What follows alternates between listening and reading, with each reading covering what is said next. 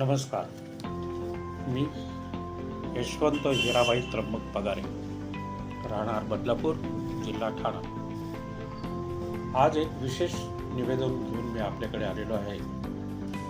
हे माझे दुसरे पुस्तक, गझल संग्रह गझल प्रज्ञा नावाचा पल्प प्रकाशन यांनी विनामूल्य प्रकाशित केलेला आहे. त्यांचे आभार मानण्यासाठी मी हा विशेष व्हिडिओ करत आहे.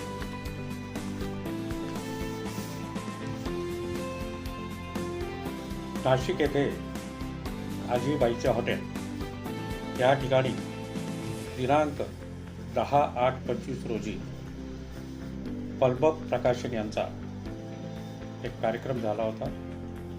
त्या कार्यक्रमामध्ये गझलकार कवी म्हणून मी आमंत्रित होतो. एकूण 58 लोक तिथे हजर होते कविता सादर करण्यासाठी. त्या सर्व 58 लोकांमधून पल्प प्रकाशन यांनी माझी निवड करून माझा गझल संग्रह विनामूल्य प्रकाशित करण्याची इच्छा प्रदर्शित केली. मला फोन केला. तसं तर हल्लीच्या काळामध्ये कोणतेही पुस्तक विनामूल्य प्रकाशित होत नाही, कोणताही प्रकाशक करत नाही.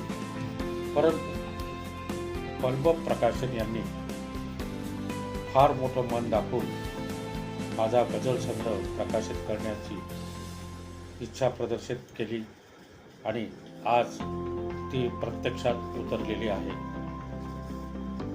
या कामी